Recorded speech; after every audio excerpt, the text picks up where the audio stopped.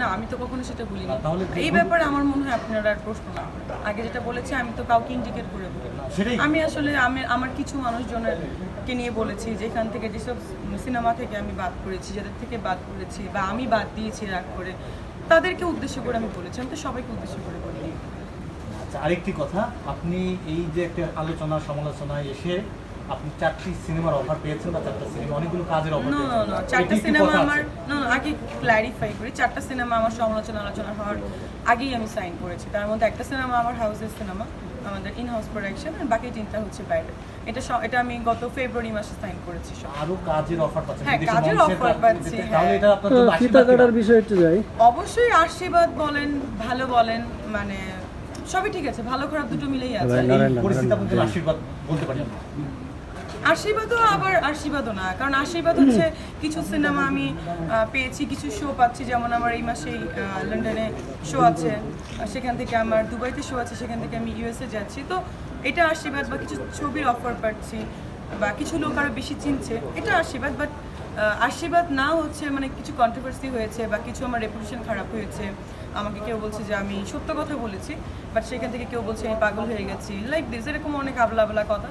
তো আসলে মানে দেখেন, যারা আলোচনায় থাকবে তাদেরকে নিয়েই সমালোচনা করবে, তো ওইটা ভেবে আমার মানে দুটোই মানে সমান 50-50।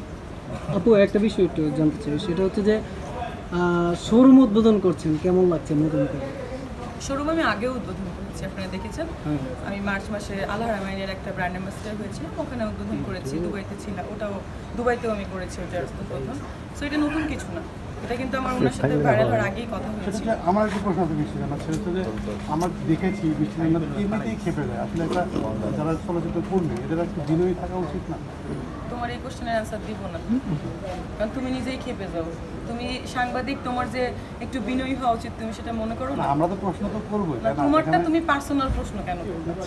মানুষেরটা বলো, অন্য কথা বলো।